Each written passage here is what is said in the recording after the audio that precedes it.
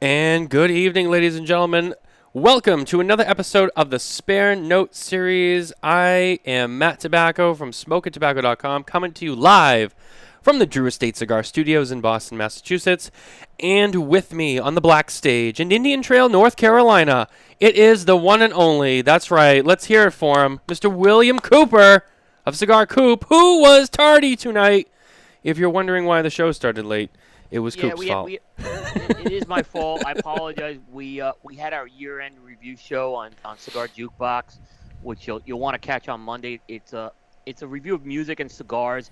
It's a little lightweight than compared to the stuff we do on primetime, because we do some music stuff, and so it's a little different type of show. But we did run a little late on that one because there was a lot to cover, and I had warned Matt we were going to go close to 9. We went over, and I apologize, but we're here now. It's all good, Coop. You are excused. We have a lot to cover tonight. There's a lot to talk about. We're gonna get into a lot of the top cigar lists and the winners. Now that just about all of them, including Cigar Aficionado, have unveiled their complete lists, as well as some of the awards that are going around. We're gonna talk a little bit about some news that broke today on Cigar Authority. There is It was an interesting. the firecracker announcements, Yep. as well as we'll talk a little bit about the Arnold Andre distribution deal with United Cigars. So giving United a little bit of love tonight. We're Yep. going to talk about some of the changes to the PCA board as well, and kind of how do we feel about it. I know you guys talked a little bit about it on KMA this morning. I kind of we kind of know how Abe feels about it. If you didn't catch KMA, we'll recap that for you, and we'll talk about Yep. kind of what the feeling was there, and then kind of how we feel about it. As always, there's always Coop's beef of the week. Whatever point the Coop decides he wants to let that snake out of the cage, or the monster out of the cage, really. He will do that. He'll throw down. But let's start off. Let's start off pretty easy. Coop, what are you smoking tonight? I'm about to light up the Fundador. Ooh. It's the Fundador. It's the Cinco de Caras Fundador by Hoy de Nicaragua. So this is a box press Toro size that they did this year. And not this year. They did this actually 2 years ago, but it landed on the Coop list this year. This Fundador, it was a top 20 cigar here, and it's actually, the Fundador is, like I said, it's box press, so it's a little different than some of the other sizes that have been released in this line. But what I'll say about Cinco, I don't know how much you've smoked Cinco de Caras. When this line made its debut at the trade show a couple of years ago, this was like the cigar we were all talking about, or the line we were all talking about. The Fundador was a follow-up size that they did. But in my opinion, it was a great expression of this blend in this format. And for folks it was actually number 19 on my list this year. So very high rated cigar here, as far as this goes. And I think sometimes line extensions, Matt, they get lost in the shuffle of what we do, on lists, and that's something I know we'll talk about. But a line on the way it works on Coop is a line extension is actually considered a new cigar. It's a totally new cigar the way it works on Coop. So that's what we do here. That's what I do here. But I'm excited to light this up. What do you got, Matt? I am smoking the Liga Privada T52 Corona Doble, which is as I haven't had one in a while, but I was in the mood, and I'm quickly reminded of just how much spice and pepper there is right off the bat on this cigar.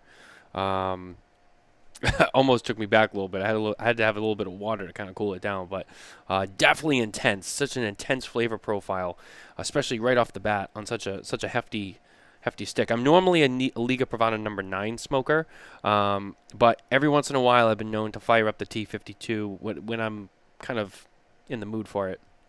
So I'm excited to smoke this. I have a bunch of cigars lined up. Tatuaje Konu 2012 Connecticut Broadleaf, the Arturo Fuente Añejo, number 60, the 2021 limited edition J.C. Newman Yagua, and the Gomez Sanchez McAuliffe Leyenda, number 2. So Cigars. I probably won't smoke through all of them, but I have plenty lined up here. Well, I'm going to be going right after that to the Rocky Winter the number one cigar of the year in Cigar Coop. Um, like I said, this cigar for those critics that say people who rank cigars number one and don't buy boxes. I've been buying I've been buying these by the box all year. So I cracked this box open earlier, and I'm gonna be smoking that as my second cigar. Yeah. So then I have a wild card. I have some wild cards after that if we go that long. So it's interesting. You bring that up. I know that's your cigar of the year, and that's I guess where we're gonna start the show anyway. Some interesting picks this year. You had that the Rocky Patel Winter Edition. I had the Undercrown 10 Toro from Drew Estate.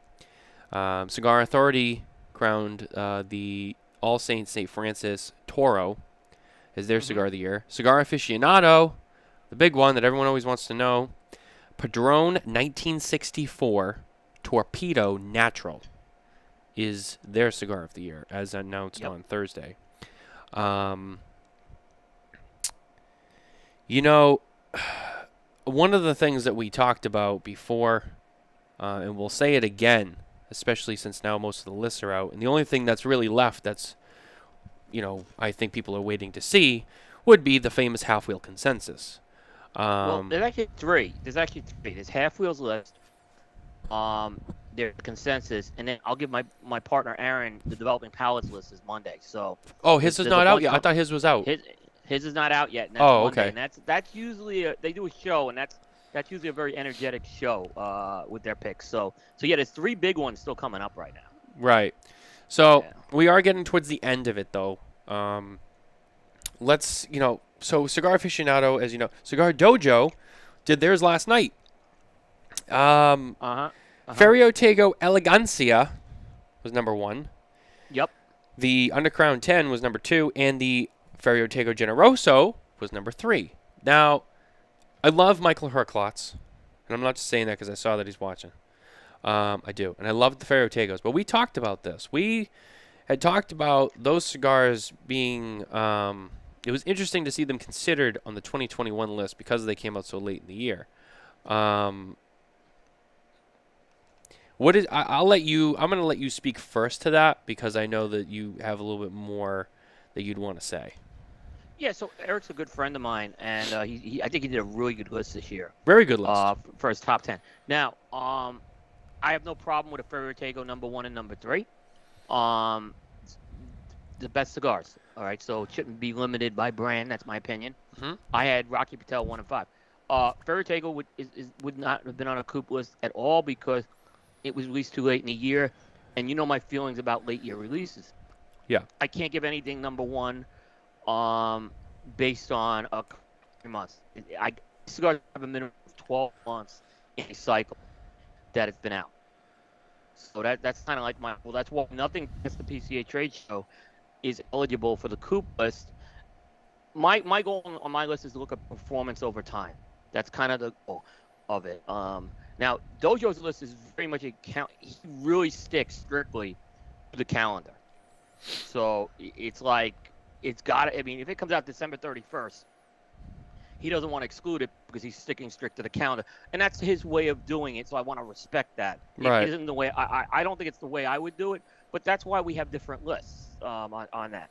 So in terms of the cigar, those cigars are going to be reviewed early this year by me, and we're going to really see where they land. So it needs time right now. As far as, not that the cigars need time, I need time to go through a review cycle on it, is what I'm saying. Which they're in that review cycle.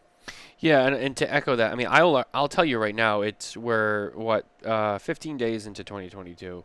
So we still got another 11 months before my 2022 list comes out. A lot that can happen. Maybe they get better. Maybe they get, that happens lots. But I will tell you, at least in the top 25, both of those cigars will be in that list. In regards to 2021, the end of 2021. So they didn't make my list because they came out so late, but they will be on the list for 2022. So they're not out. No one's saying that they're not good, and it has nothing to do with the cigar itself. That's not what it is. I think we need to reiterate that as well. It's my process. I can't break the process. And my Yeah, my you know the same process is book. similar to yours. It's a little different, but it's very similar to yours. Um, so yeah, those two cigars are already on the 2022 top 25. I've already smoked a handful of them each. I'm very happy with that.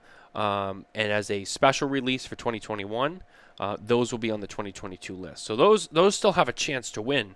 So they're not out on my book at all. They're still in there, just No, not for no, 2021. they haven't come into my book yet. So Yeah. yeah, I think that's what I'm pretty excited about. There's one thing, Matt. Well, I'll hold off on that thought for a little bit. Let me hold off on that thought You sure? because I think it will take us off a segue. So, but Okay. I All think, right. yeah, yeah. I know you're excited. You got a lot of energy. You're still off of another All right, show. all right. Let me say. So Here we go. this is gonna bring my beef of the week. Let's do it. Coop's beef of the week. Okay, okay. So the beef of the week is: are we doing best new cigar of the year, or are we doing best cigar of the year? And I say this because you know what? There's some great cigars that Ferio Tego now has under their stewardship, like the Timelesses, the Sterlings. There's got to be a way that we can recognize these cigars, especially if they're performing at a high level. I get they've been released a few years ago, and I think we have to get off this notion of, and even I use a 2-year window right now. I'm like, is there a way somehow I can do it? And Aaron Loomis pointed out to me, it's impossible to do it, right? Because the problem is you're cherry picking the cigars, right? So by me saying like, yeah, I want to see how these cigars preference over something else. That's the tricky part with all this. And I can come up like I was debating in full disclosure here, opening up the 5 wildcard slots of cigars that were released at any time. But there's so many flaws with doing that because how do you pick the 5 cigars, right? Just this calendar thing here. The beef isn't that people are doing it to me. The beef is that aficionado gets beat up over it, and I think it's wrong because I think they have come the closest to doing that spot, and I don't think cigar aficionados should be beat up over that. I think they're looking at cigars that are truly performing at a high level and recognizing those cigars. So that was my beef, as far as these time box lists go. I think we're just too wrapped around the axle, and it's okay, but don't bash what aficionado is doing because I think they're doing a good job with it. And there's things I'll bash aficionado about, but I won't bash him on that. Yeah. No, I agree. Yeah. Look, we talked about it before. Everyone does their list differently. That includes Sure. people like Cigar Aficionado. That includes me, you, Developing Palates, El Oso Fumar, the Cigar Authority, Cigar Snob, Cigar Journal. All the people Sure. who are known for lists. Everyone puts a lot of hard work in. Most people put a lot of hard work into it. Yes. Yeah, absolutely. And it's exciting to see all the lists, and they're all different because they have different criterias and there's different ways they come into play, and that's what makes it interesting. If everyone did the same, Yeah. top 10 Well, cigars, yeah. it'd be like, oh, We would be okay. like, yeah. Then every list is the same, right? So how is that? I mean, look, I wasn't shocked to see Padron at number one. No one was shocked. My thing especially with on it, Thursday morning. my thing with it was, and this is not even like on a business or whatever. Right. This is just on a personal Right. opinion. I like the Maduros better. I was only surprised to see a natural.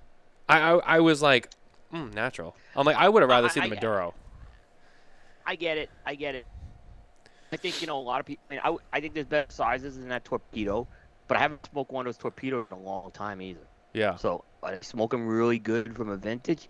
I don't know when they procured those cigars, how long they've been aging.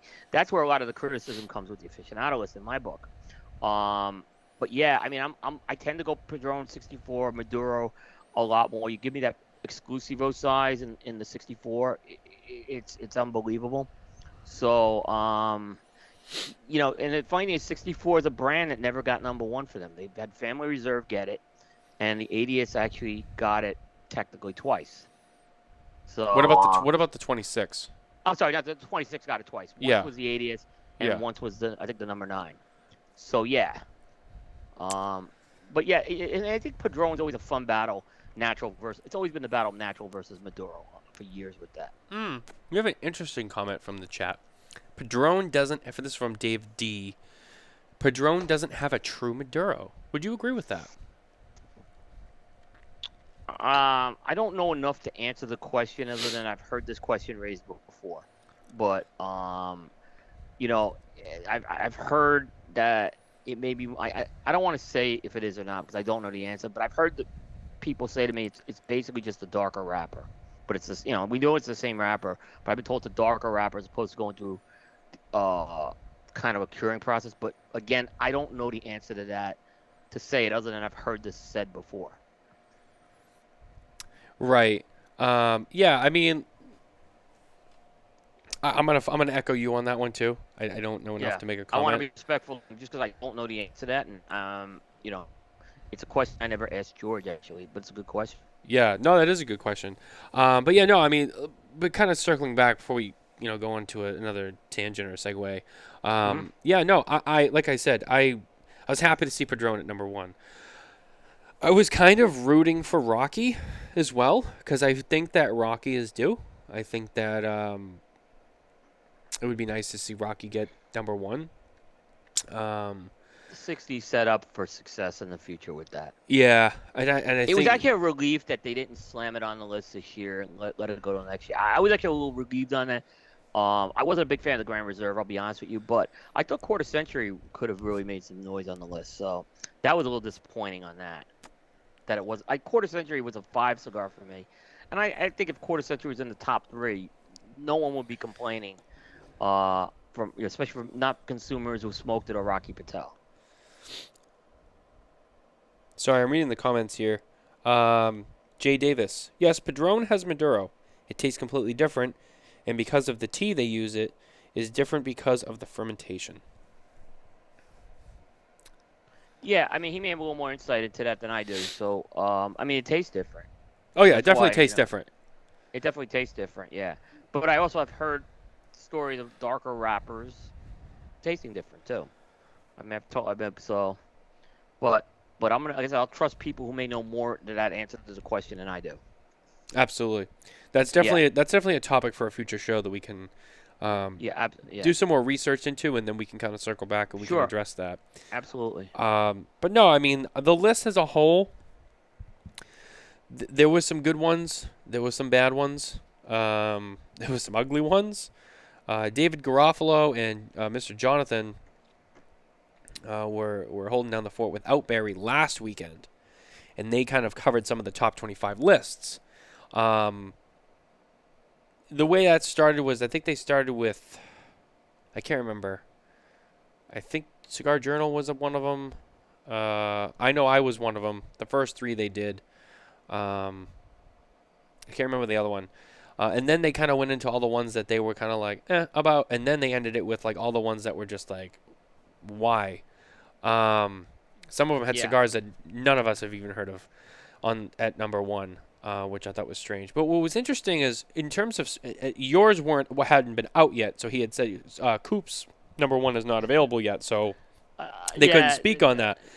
but he But liked my number 5. He liked my number 5, yeah, which yeah. is a Rocky Patel Quarter Century. Yeah. And he liked your number So three because today on the Cigar Authority, well, all right, so they're kind of related. He was funny because he said, oh, and Coop gave, they were talking about the firecrackers. He said, oh, as a matter of fact, Coop gave the Perdomo firecracker number 3, which was awesome to see. And he said, I don't know if I agree with that because you can't get them anymore, which I know you wanted to address too.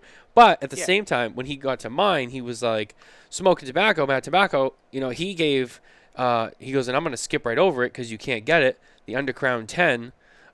He goes, I'm going to skip past that because you can't get it. I'm going to go to number 2, which was the All Saints St. Francis, which was their cigar They of the must year. have really liked, yeah. And they must have loved that. But here's what I need, and I love Dave to death, and this is nothing but Yeah. respect. I'm not trashing him, so, and I know he's going to listen to this too, so I'm just going to say it. You can get that cigar. It's in shops. It's in a lot of shops. I've been to dozens of shops over the last 3 to 4 months since it's been on shelves. It's out there. They don't carry it. That's the truth. They don't carry it. So they're not going to promote something that they don't carry. That's a business thing. All right. They might not like that I say that, but that's the truth. They don't carry it, so they're not going to push it. But it's out there. And I wasn't the only one that gave it number 1, and I wasn't even the only one that put it in the top 10 or the top 5. It ranked pretty high. Eric had it at number 2. Who else gave it number 1? Someone else gave it number 1. Cigar and Spirits Magazine gave it number 1. I think Boston Jimmy gave it number 1. It was number 2, and then it was number 3 on 2 other lists. It ranked pretty high. It's going to win the consensus. Yeah, it's going to win the consensus. It's going to win the consensus. It was 15 on mine. Mm-hmm. So it was on mine too, and that's going to get some consensus points for them. Yeah. I could tell you why it was 15 over. Sure. It was late. It was a late release in the cycle, so it was released in May, June timeframe, which was right up upon the trade show deadline. So again, it had little I had a chance to I had 7 months, but some of the other cigars had a little longer, so I gave them a little higher precedence. But here's the thing: the Undercrown 10 can come back next year with a full year under its belt and maybe another size. So that's kind of like what I think the beauty of my list is. But it was still good enough, even with later in the cycle, and having 6 months after. So my cycle ends at PCA, but then I have 6 months after that, right, to kind of assess all these cigars. So that's the nice thing is it still had enough time, but it was hurt. I had to kind of take that into consideration with that. But that cigar is very much available, Matt. I'm not going to beat Dave up on that. You know, he's very focused on his business. Right. And when it first came out, it was a little harder to get. Dave's not wrong on that. But I think Drew Estate's kind of being able to fill orders now with that. So that's not the case anymore, is what I'll say. You can just Google is the easiest. Google's your best friend. It will tell you where it is. Yeah, and, absolutely. Yeah. So again, Dave's focused on his business, and that's I respect that as well. Yeah, and that's pretty much what I prefaced it with. Like I respect it too, and it's just kind of the reality. I just felt like I wanted to address with it. You know, they don't sell it, you know, and that's a business thing. So, and I get that too. And I'm not saying it's wrong. I think the only thing is the way that he had thought that, well, you can't get this cigar, so I'm going to skip past it. Well, there's a lot of other shops where it is available, and I see plenty of people, you know, on social media that have it. I know it's out there. I talk to people. It's out there. People are getting it. So I don't think that. See, like, all right, this is a good way to kind of segue into the things that I didn't like. So, and again, this has nothing to anything we say about placement on lists and stuff. I want to stress this again because people like to take things the wrong way. This has nothing. This has nothing to do with the cigars themselves. Unless we specifically say that cigar sucked, why was it at number 2? This has nothing to do with the cigar. These are all really good cigars that we're going to talk about. I would adjust that comment to another Drew Estate cigar that I keep seeing high on lists. And again, not because it's a bad cigar. The Liga Privada H99. For the most part, you really can't get that cigar. That was a very hard cigar to get, and then I'll even go further. Technically, that cigar came out in 2018 in a very small batch. True, but the way I look at it is I don't think it's ever actually had a legitimate full-on release. It's been a small trickle release, allocated release. Most stores this past year only got 1, maybe 2 boxes for an event. It wasn't a full release. So Matt, there's another little caveat to my list that I don't really talk much about, but it's specified. Yep. So I rank my cigars before I go into the final review. And I go through a cycle about 45 days, assessing most of these cigars, if not all of them.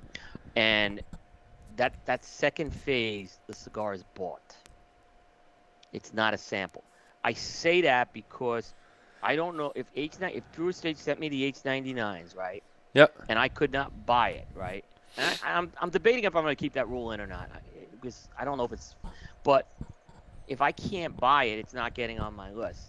And going back, and I say that, how many people put that on their list bought that cigar?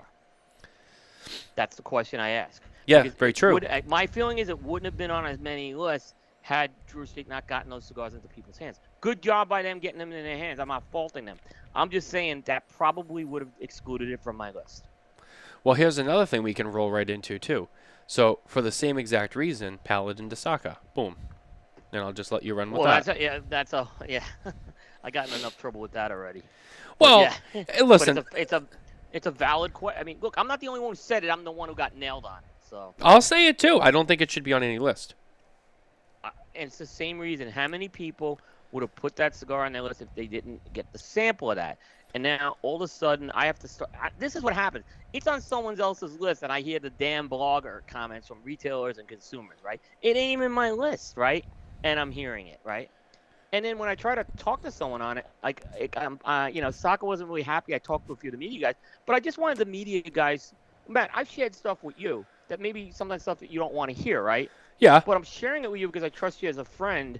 And same with with the other guys. I trust them as friends. Look, this ain't me beating up your list. I didn't do it in a public forum, right?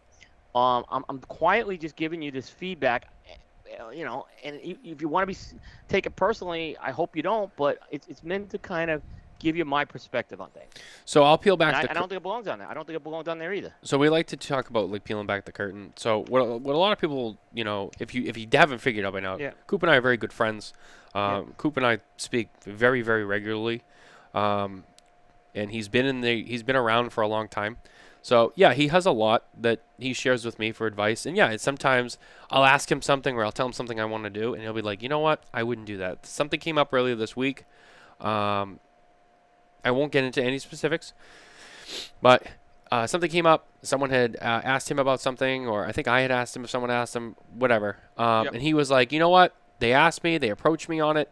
I declined. This is why. This is why I would recommend it for you. But if you have a different opinion or a different stance on it and you want to do it, that's your call, and I respect that. And I said, oh, okay. Right. That's exactly what I've done. And by the way, I have guys on my team like Bear. Like a lot of times we're in that. And same thing. Bear has his own independent. Marin too. They have independent media brands. I do not impose anything on those guys. I give them my opinion on them, and it's up to them what they want to do after. Because I don't believe that a media brand needs to control their own content. The CEO, the president, the editor, whatever you want to call it, the director, they need to control that. Not me. Yeah, and there's been times when he's told me stuff, and I said, you know what, that's a good call, and I didn't do it. And there's times he said no, and I said, all right, I can see why. Never hard feelings, yeah. Yeah, and there's been times that I go, you know what, I can see why you won't do it, but I think I'm going to give it a shot because I think it makes more sense for me to try it versus I know you've probably already done this and it doesn't make sense for you. You're not going to waste your time. Yeah. So it really, it's a case-by-case basis, and we have two different, media brands. So yeah, sure. and again, that's also why the lists are different too, because we all have different policies. But so yeah, I think that's just a nice way to explain that. I want to bring one point up that Steve brought, and there was a little exchange we had, and it's all good, right? But Steve said, "Well, why do I care, right? Why do I care?" And I'm gonna give I gave this answer at KMA, but I'll say it again if I didn't hear. I'm in the media business. I care about the media business a lot, right? And I do care. That's why I do care, because I care about the media business. Yep. And I've had people come to me sometimes with stuff, saying like I had an incident on a show, and I got a phone call from another media person who said you need to look at carefully what went on that show, and I didn't catch it till he told me that, and I'm like, you're right, and I had to make a few changes after that. It just wasn't in the best interest of what I was looking to accomplish. It's not worth bringing up who it was or what it was, but so I appreciated that feedback. The feedback's not to at all throw a media person under the coals or anything. I gotta admit, we have gotten critical on primetime in the past, right? Actually, we have scaled that back a lot more, and we try to do it. Yeah, we want to make sure we're always doing it respectful, that the media brand gets the respect they deserve. But I don't want to say we shouldn't nod our heads all the time either. Yeah. I think and I think Dave did a good job on his show last week with that. Yeah, he did. He was did critical, but he wasn't disrespectful. That's true. He wasn't rude about it. He said Paladin and Sokka didn't belong on the list either. I want on the record there too. But again, I don't know. Somehow it was bad that I did. Maybe Steve took it a different way, and I apologize. But I can't apologize for having an opinion on this, because it's a big part of what the business of what I do. This is end of year lists are a big part of what we do, as you're saying already. Oh yeah, and it's something that people they look. People like us, Coop and I, we take it very seriously. There's other people out there, and I'm not going to mention any names or any examples. There are people out there who don't take it seriously, and that's a fact. I mean, there's a lot of people who attempt it. There's some people who just it's just a what do I like to smoke list. And you know what? That's great if that's all you want to do with it. If you're trying to go out there and present a serious list and you're putting stuff on there that just doesn't belong on there and it's obvious, it's like, all right, I mean, you're not even trying. I mean, right. And that's a big criticism I have of the consensus. However, it's Charlie's consensus. It's not mine. I Yeah. would never say, Charlie, hey, you need to change this consensus or else I'm not going to do a list next year. No, no. It's Charlie's list. He needs to do it. Now, maybe I'll give Charlie my feelings on it. But again, that's Charlie's decision on the consensus. I have nothing to do with that other than he uses my list. And maybe I talk about it, but that's about it. Yeah, I mean, Charlie actually will be on the Smoke and Tobacco show in February, so it'll be interesting good. to after the consensus comes out Yeah. to pick his brain on that. It'll be really Yeah. it'll be a fun conversation. So don't miss that one. Yep. I believe it's second week of February. Nice. Yeah, it's like right before Great Smoke, I think. Yeah, so that'll be interesting. It'll be nice to actually when that comes out, and then kind of pick his brain on the consensus, because I know the consensus will probably be a big part of our conversation that night, as it should be. Sure. I mean, it's going to be Yeah. fresh. There was a question that came up, just so I don't get too far away from it. Jay Davis had, question for both of you. Would Casa Fuente be eligible on your list next year? And I think he's referring to the fact that for the first time it was officially widely released to all the Arturo Fuente retailers across the country, and not just an exclusive at Casa Fuente Las Vegas. I'll go first, and then I'll let you answer. Yep. The short answer is probably a maybe. And the reason for that is because it did fully go out. More than likely, yes, it did go out. It was widely released. It was released in retail stores where the majority of consumers had the opportunity to obtain it, and they didn't have to get on a plane and fly all the way to Las Vegas to get it. So it was a official nationwide release. I would say that it came out really late in 2021, so I would say it's more than likely going to be eligible on my list for 2022, but that unless they do it again, it'll be the only time.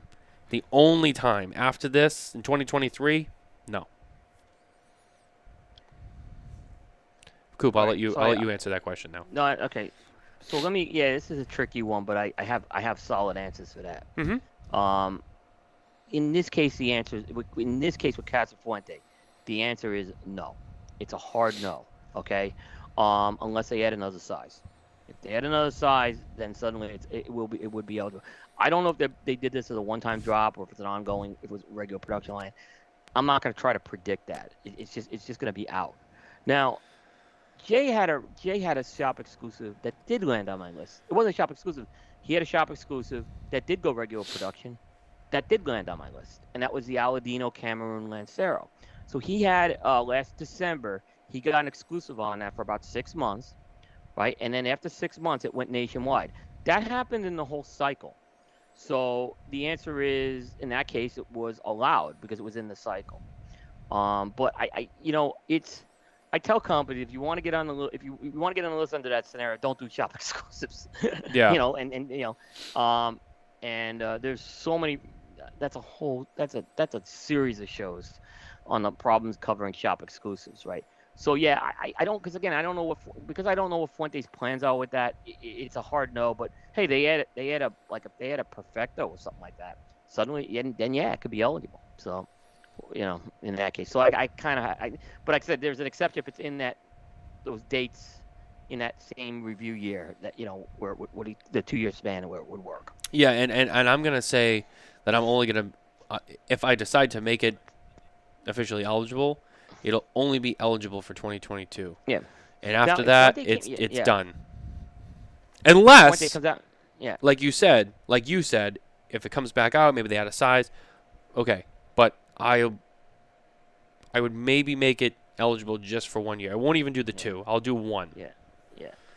There is one other scenario. If they change the blend and acknowledge that there's a significant blend change, then yeah. That's a whole nother thing, though. But also, that's a whole new cigar. Yeah, but that's a tricky one too, because a lot of companies don't disclose that, right? But the other thing too is only if they decide to fully release it again. If they add a new size or change the blend and it stays at Casa Fuente, it's a no. I won't. Right. If they do it a new size and it's nationwide, drop to the retailers, even if it's limited, it's eligible. Mm-hmm. Now, I would say, speaking of Fuente, the only time for me that a cigar it's not an exclusive, but it's very rare. I'll give you an example. Purple Rain. It won't be on my list. It's too limited to put on a list. It's just too limited. It's why Davidoff Oro Blanco never made it on my list, even though it's one of the best Yep. cigars I've ever smoked. It's Exactly. too limited. It's there's a point, like I said, in that case, getting cigars for a resmoke was tough, like expensive to begin with.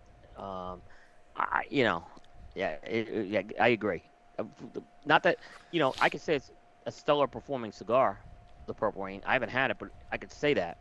But yeah, end of year, it's just your end list has a different message. Yeah, it's and again, this is how the lists get tricky. They get very and they get complicated sometimes. It's more complicated than people realize because then you go, all right, well, what about this cigar? And it's like, well, you have to look. It's not just like, hey, I lit it and it was a great cigar. Being a good cigar is definitely part of how it gets ranked on a list, if it makes the list at all. But there's so many other factors, and that's why, like Coop, and as I had said before, I was really loose with it this year. But going into next year, I'll be a lot more strict. I was loose my first year, by the way, on my list too. It was the second year where I went through. I did the same strategy. Yeah. With my first, it was 2010's list. If you look you'll see Tatuai Gran Cajonio was number 2, and it was released a few years earlier. It was the second year where I really tightened it up.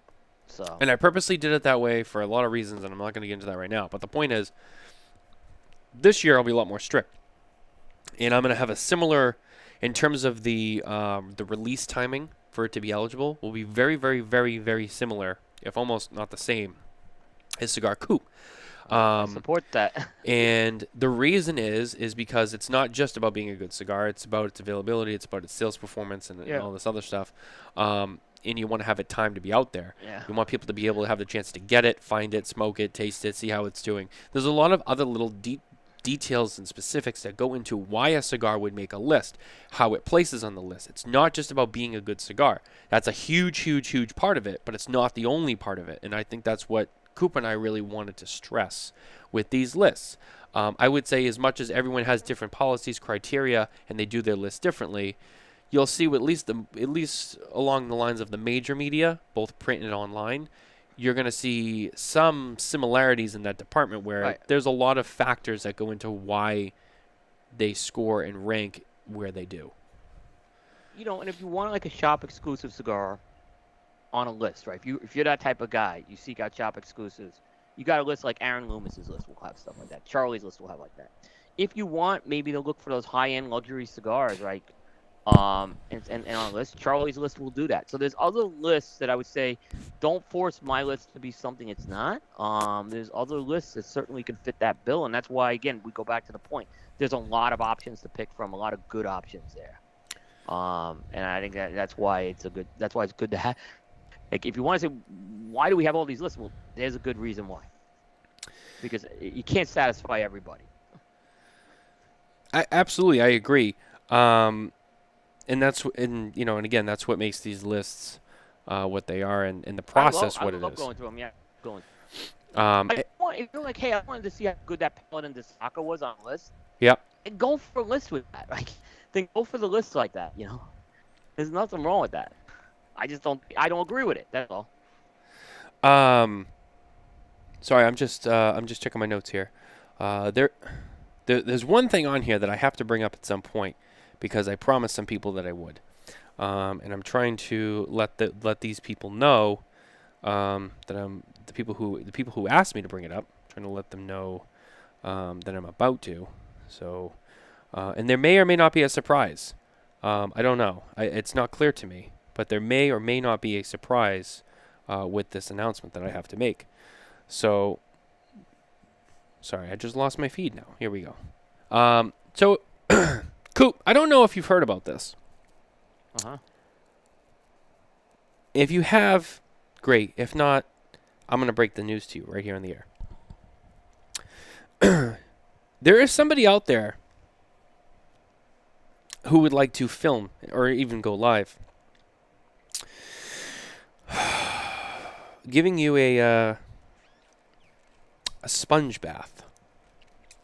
Oh, I saw this. And I was asked to help facilitate it, and of course this person who asked me, I said sure. What do you need? And A few specifics were mentioned, but I said, all right, well, I'm going to be with William Cooper, and I will bring it up on the air. I told this person if they wanted to make a small cameo to tell you themselves, they may. They have been invited, but I don't think they're going to show up. It was a maybe. Thank you. I'm glad. Yeah, I know. But it was hard for me to say no. So I said, look, here's the thing. If you want to come say it, great. If not, I'll do it for you either way. Yeah. So Matt Booth would like to give you a sponge bath, live on the air. Now I know that's crazy, and people watching at home are like, well, "What is this all about?" This is just one of those things that it happens in the industry. People get into some weird shit, and I got to bring it up.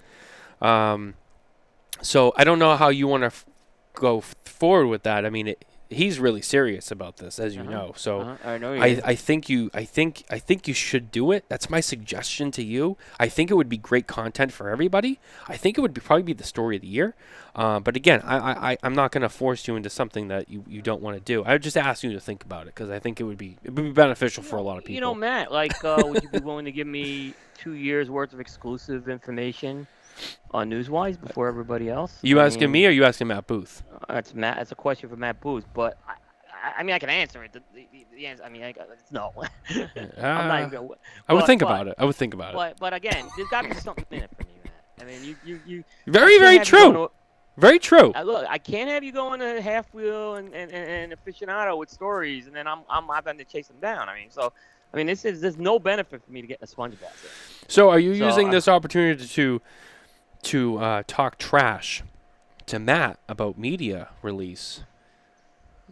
Oh, and Bear's here with us too. And Bear said, think about how much money we could raise for charity. Thank you, Bear. We could do a charity angle with it. Bear's got the right idea. It has to be cleared with my wife, and there's got to be parameters, obviously. But no, there's got to be charity. But look, there's going to be Matt. You're going to have to really work with the Coop brand on this one. Hey, I'm not throwing softballs here. I mean, I'll be involved too. I mean, I'll help. I mean, I don't know. I'll hold a light or something. I don't know. But I'm just saying, I'm willing to do it. Who would want to see my fat, out-of-shape, overweight body in a sponge bath? That is ridiculous. You say that, but most of the people in the industry that we know would be like, Matt Booth gave, Will Coop, Cigar Coop, he gave him a sponge bath? There's a video? I got to see this. My wife and I, we have a wonderful marriage, right? And there's not a lot I have to ask for permission to do, neither does she, but this one I think I'd have to ask a little permission, I think. But and like I said, there's got to be something in it for us and charity, and like I said, I think exclusive news stories would have to be a part of the package too. So Bear said, "Do it for the kids," and he's really trying to make you feel guilty about it now. Bear is not being your friend. I don't feel guilty at all. I mean, yeah. I mean, come on. What is it? There's nothing that's in this for me right now with this recording. Can I ask you a question, since he's not here to interrupt and throw the show off the rails? Thank God. No, I love Matt. Go ahead. Why is it that he picks on you so much? He just he has this infatuation with you. It's amazing. You know, you always say sometimes people you pick on you like the best. So I kind of look at it like that. Matt is got an incredible. I mean, this is the serious. He's got an incredible side to him. He's a good friend. He's been there when I've needed him. He runs an honest business. He's making really good products. So I do like Matt. He's a really good guy, and I give him a little poetic license sometimes. But again, this is sometimes you have to work a little harder for it. That's what I'm saying. Yeah, I mean, I would donate a significant amount of money to any charity just to watch that. I mean, Matt, you're talking this is not going to be like Cigar Coop's airplane photo thing, which is not a lot of money. We're talking like you're gonna have to really step up your game on this one. He's gonna have to give you exclusive news stories for 2 years. He's gonna have to give you exclusive access to some of his special releases before anyone else. Yeah, he's really have to charity donation. This is not coming for free. Yeah, he's really gonna have to sweeten this pot. Yeah. Oh yeah, and charity on top of it. And charity. I mean, this is work you got to do.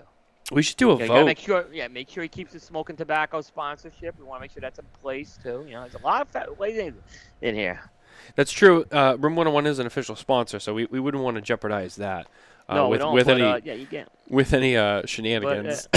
but this came up with the Hot Ticket podcast guys. Who are great guys, by the way. I love their show. Yeah. So it came up on Instagram, and I think my question is, guys, how did I get roped into this? Was like even the first. I don't even know how I came into the picture with. It's just you know what it is. It's because you're just such a special guy, and everyone loves you. That everyone just feels the need to, I don't know. They have to get more of you. I feel like people don't have enough Cigar Coop. You know, you got 3, 4, 5 hour shows that you do, but that's still not enough for people. They need more Will Cooper, and this is just Matt being like, I'm trying to get you out of that shell, man. People want to see you. You're a celebrity. You're a star. I don't think that's the case. Like, you don't want to see a fat, overshaped, 50-plus-year-old guy. In No one said anything about, hey, but also, no one said anything about nudity either. I mean, you want to wear a wetsuit, you can wear a wetsuit. No, I mean, I wouldn't say nudity. I wouldn't say, no, that was not going to happen. I can tell you, there would be a wetsuit or some sort of, like, but still. I know. Coop said Yeah, no, not Coop. Bear said the light, hold the fucking towel. I'll be the towel guy. I don't care. I think I told Matt, I said, the only way you do this, though, you can't just do, like, a sponge bath. You have to have, like, the whole aesthetic. You have to have the candles. Yeah. You have to have a bath bomb in the water. You got to make the whole thing. You know, it has to be really sensual, you know? Not sexual, but sensual. It's got to have the right, maybe a little bit of jazz. Yeah. Lights turned down a little bit. It can't be bright, you know? It's got to be right. Yep. You know? I know. You're very uncomfortable. Yeah. That's what we do here. We just try to have fun. I'm just saying, I'm just saying right now it's a no, but there is everything can be negotiated. Is what I'm saying, and I just threw some things out there that would be in the negotiations. You've put it out there for the world to see. You have your demands, and if they're met, I have then my maybe. demands. Yep. Okay. All right. Well, now we have an answer. We have an answer. Yeah. Anyway, moving on. So we'll change gears from the list for a little bit here, so that way people don't get too burnt out with that. So an interesting one. So if you watched, I think it was I think it was the last show. We talked about our predictions for United's Firecracker release for 2022. Now, 2 of them have been announced, not 1 but 2. You had predicted Rocky Patel. I had predicted Rocky Patel. I still think it's coming. Oh yes, I don't think it's ruled out. I still think it's coming. Maybe it'll be next year, but I still think it's coming. Now, Barry Stein from the Cigar Authority was on the Smoke and Tobacco Show this week. And I brought this up, and he said, and this is obviously before the Cigar Authority announced it, he said, I will tell you it's not Rocky Patel. Okay. I said, okay. All right, interesting. So we ruled that one out. So going into today, I was thinking, like, all right, well, who else? If it's not someone that they already worked with, and it's not Rocky Patel, based on what they carry and all that, I was really racking my brain. I'm like, I mean, there's a few that I could think of. And then when they went with Bandolero, I said, we thought of it, but I don't think. But we didn't. We don't talk that brand. Right. We talked Atabey and Byron, we were saying. Well, if I remember correctly, the conversation was we went to Atabey and Byron first because those are the more well known. Right. And then I think with the consensus on that was those would be too expensive to do. Not that it's impossible. I think it would be too expensive for what they're trying to do. If they had to do it, it would have to be in Bandolero. And then we stopped the conversation there. We didn't get into, if it was Bandolero, we didn't really dissect that. We just said, it would have to be this. See, I thought Bandolero was, in fact, I thought it was still too expensive. Yeah. But actually, you're right. I think you did say that. Yeah. So now, lo and behold, there is a Bandolero Firecracker that will be coming, I think he said around June-ish, late June, I think is what he said. But probably they want to get... And by the way, it's a little higher priced. Oh, yeah. So it's $9.99, which is high price for Firecracker. But I'm sure it's going to be really... I love Bandolero, so I'm sure it's going to be an excellent cigar. Yeah, I don't doubt that it's going to... I think it's going to be fantastic. I'm really excited to try it. I'm definitely on board to grab a box of those. The second one that was announced was one that you actually... I would say... I don't think it was like a stone cold guess, but it was like, this is like a cool idea. Big Poppy by El Artista. I got that one right. Yep. I'll give you guessed that one, and I said, oh yeah, that would be cool because like they did the big slugger, like they could do like a little version. I think Barry commented and said he would call it like the bunt or something like that. And that's going to be coming out at the end of March. for Major League Baseball's opening day, which who knows will happen. Right. I was actually that's actually a good point. Like, maybe if they have packaging delays, it helps. Yeah, that's a cigar that you might like be saved by some delays in production. Yep. Because You can I still don't. release it, I guess, if you want. But yeah. Yeah, I Yeah, mean, production. yeah, or you can still release that. I right now. We're middle of January. Pitchers and catchers are supposed to report in what 3-4 weeks. Yeah. And there is still a lockout. And the last deal that was submitted to the players and the teams was nothing from what the players, I guess, reacted to. So they still don't have any progress on this lockout as we face Excuse me. down the barrel of the early beginnings of the spring training season. Yeah. Not to go into baseball, but that's kind of what this cigar release was intended for opening day. And so I'm not, and like you said, they can still release it, but I don't know if it's going to be that sweet story, which is not their fault, of having it for opening day, because Major League Baseball has some issues, and we can maybe talk about that at the end of the show. As well as, I'm sorry, I'm all over the place today, but there's just a lot of information that's happened. For a sports related thing, Coop knows what this is, but I'm going to make an official announcement here on the air. I would like to thank the New York Giants organization for letting go of Joe Judge, because we can finally stop listening to Coop go on and on and on about Joe Judge. So thank you. Not because you guys need a better coach, you can have a better team, but because we're so sick of listening to Will Cooper go, fire Joe Judge! Fire Joe Judge! They did something. They did right, it. though. They did it. It's over now. They did it. You got what you wanted. All right? You know, I want to comment on that, and then I want to go back to Bandolero. Yeah, go ahead. So, there's a part of me. I thought the guy was an awful coach, right? Yep. And I did, right? But what happened after he got fired was look. I'd say it's about Gabe Kapler or anybody, right? To send TMZ to send a crew to the guy's house, start watching the guy's house. I don't know what you're trying to accomplish, and then they see a pizza and beer delivery getting delivered.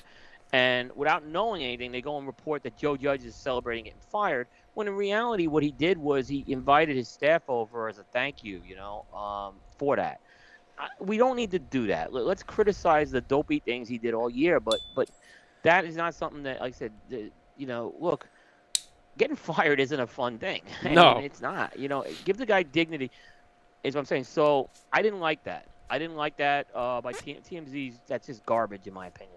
When you're doing that, that's just, you must have a slow week, is all I'm telling you, to do that. Yeah, I kind of thought the same myself. As much as sometimes those stories are like funny or whatever. It's just it was like I laughed for a second, and then I'm like, really? yeah, it's like at that point, what significance does it really have? They fired him. He's gone. I hope he's got a low assistant job next year, and I can make fun of him that way. Not that it's bad to take a low assistant job, but I want to see him do really bad at that. That's what I'm saying, because I just don't like the guy. But I don't wish, give the guy dignity. I want the guy to have dignity. And if he does a good job and coaches himself back into another job, who knows? I haven't really been like that with Dave Kapler, though. But again, I don't wish any bad on that. Give the guys. He's got a family and stuff like that. You don't do stuff like that to him. No, I agree. Yeah. But yeah, getting back to Bandolero, that's an interesting one. I thought it was a brilliant move. Yeah. If you want my opinion, what a brilliant move. I mean, you're trying to jumpstart Bandolero, right? I don't know how I didn't think of this one either. What better way? Firecrackers like one of the most sought after limiteds, right? Yep. This is a great way to jumpstart this. I think it was brilliant. I think it was a brilliant move by Oliver and Dave on that one. Well done on that one. I agree. Bandolero. I think they're good blends, so I think it's even better. Yeah, well, they also kind of they reworked Bandolero a little bit last year too. So Bandolero's got like a little bit of a facelift. It's a little bit more defined. Before it wasn't really defined. That there was different blends. They weren't really specified. Now they kind of have Bandolero got like a nice little facelift. It's nice and fresh. There's some different stuff going on. There's some new stuff in Bandolero. So I think you're spot on. I mean, what better way to bring more awareness to it than to put it right in the spotlight. Do a limited edition with it. A limited edition thing that you already do that everyone's already looking for. Like, who is it? Bandolero. And there's people out there who are like, oh, what's Bandolero? And like, that's gonna be the firecracker. Well, yeah. So if you want And that's why firecrackers, it's a cheaper way to do it in terms of it's not as going to be a Bandolero $12 to $15 cigar. It's $9. If you like the firecracker, you give this a shot, right? And who knows? I guess I thought it was a winning move. It was a no-brainer here. I don't know how I didn't think of it, but that's why these guys are making cigars and I'm not. So, my good job. prediction on that is, they will do that release. It'll go out. People will get it. People will smoke it, as long as it's still a good cigar, which it's coming from Nelson Alfonso, so there's no reason why it shouldn't be. And as Dave said, they work on these things years in advance, so it's not like it was rushed. It's not last minute. This was planned. I would say it goes out, people buy it. For the most part, I think people are going to like it.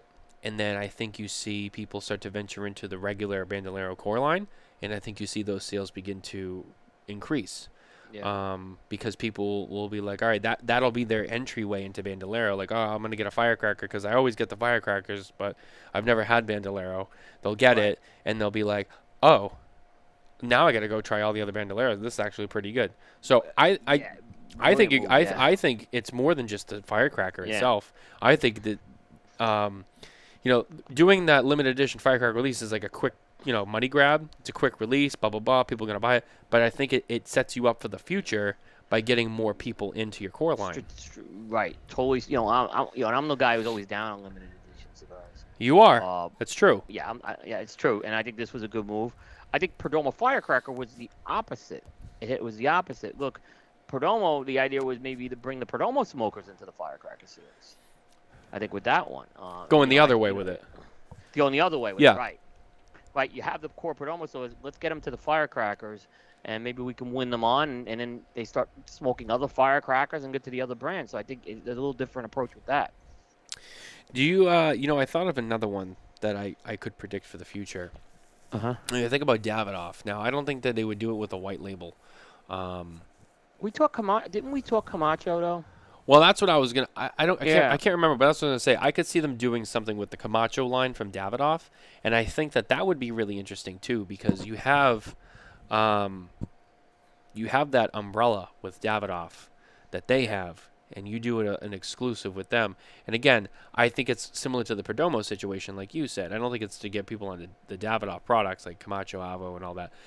They don't need help with that. I think that getting that following into the Firecracker following, I think that would be a big move by having a company like them kind of project that out there as well. Yep. That would be an interesting move. That would be a move I'd like to see. Yeah, I agree. I think it would be very interesting. Do you think, now, I know you don't like limiteds, but I had this question I wanted to ask you in regards to the Firecracker. Now, traditionally, it's always been a very small batch release limit. I think, what is the average? I think he does about 1,000 boxes a year. And I think he keeps 500 and then he distributes 500, I think is how it goes. Yeah, there's a distribution that goes out to United Retailers. Yeah, because I think twoguyscigars.com gets it first and people can buy it there. And then then it goes to United, yeah. Yeah, so now, do you think as this Firecracker seems to be getting more and more popular, do you think as time goes on, do you think that this expands into bigger batches, bigger releases? And at what point does he start collaborate? Because remember, like, he's going to do this with brands that he carries to do a Firecracker, right? So at what point does he either have to, A, start doing new stuff with people that he already has done with, or he has to kind of change, I don't know, he's got to just keep finding new brands he brings in and sets us up. At what point do you think that this starts to change for him? Based on the current way he does it. Yeah, I think for the most part, the Firecrackers will be an annual release.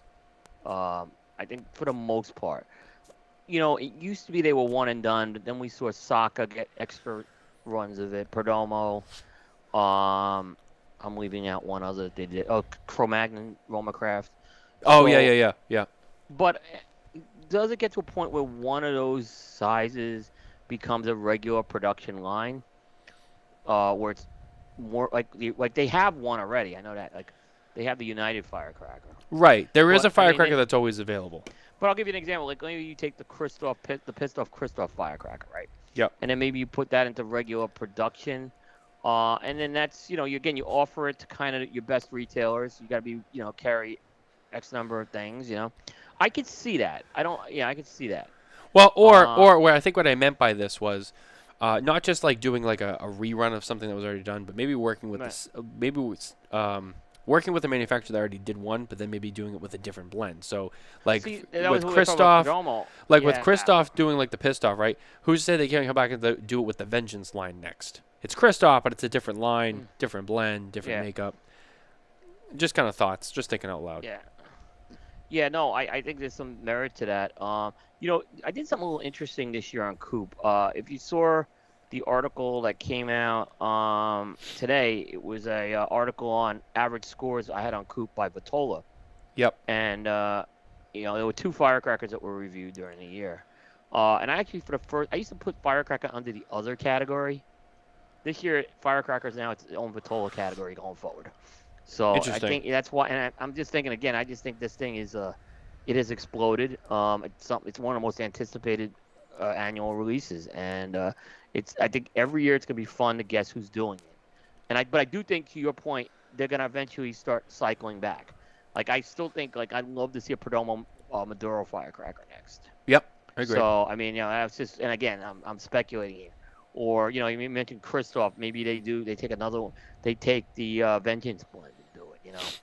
That would be a really. Jay Davis commented with something very interesting. I'm not a United dealer, so I wouldn't benefit from it, but would be interesting to see a collection of firecrackers similar to the Monster Mash. I know logistically it would be tough. That's true because That would be good. I think it would be really cool to see something like that. If they have all the relationships in place, at least get most of them in there. I think it would be fun to see that. I think so too. I mean, you'd have to have everyone probably remake some of those batches, to get them, to be able to do that again. Because again, these are like usually one and dones. So you would have to have them remade, and then you'd have to figure out. There would be a lot of logistics there. It's a little easier with Pete because Pete's doing it all at one factory. Yes. You're now at the quarter with 10 different factories. Abe did it with the Microblend series. Yes. A few years ago. I mean, it's a question I may ask Abe on Tuesday on the show. Like, how did he do it? Did he have stuff put away? Did he have to recommission needs to be made? Because he had a 10-pack, the 10 different manufacturers. Right. So yeah, I would say it's not impossible. Yeah. It can be done. You made good points. Pete has it all under one brand in one factory. But Abe has done it with his Microblend series. I would be interested to know how he did that, and then that would maybe give us a better. If he had some of those put away, that's one thing. If he had everyone remake those Microblends again, okay. Well, I'm not saying he can't do it, but it would take some play. And I think someone like United and David Garofalo, I think that they could pull that off. So I would not rule it out completely. But I think it is an interesting idea. I think that's a fun idea. Yeah, I think it is too. I like an idea like that. And while we're on the subject of United, moving on to other topics, they announced earlier, and you could probably read about it, or you probably have read about it, but you can read about it on SmokingTobacco.com as well as CigarCoop.com.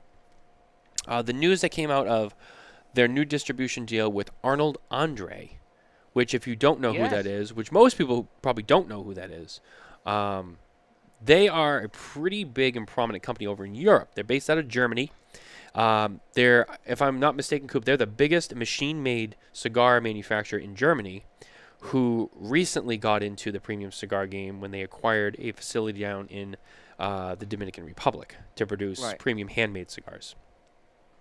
Now they're making their entryway into the United States market through distribution with United Cigar. Very excited to see that. They will be displayed and they will be shown at TPE in a couple weeks. I will be there. Coop will not, but so we'll definitely have some up close and hands-on content for you with that. But Coop, I wanted to ask you about this. So this is very interesting. Very very unknown brand to the Americans. When I first heard it, I said, "Who?" And I had to look it up and read about it, but very interesting. And they're going to be bringing 2 lines here, the Montosa and the Terra Nova. Uh-huh. And I believe they both have some pretty low price points too. I think the Yeah, Montosas are like six and change, maybe $7 a cigar. very reasonable. Yeah, six Yeah, to eight not dollars. I not think they're not going. too expensive either. No.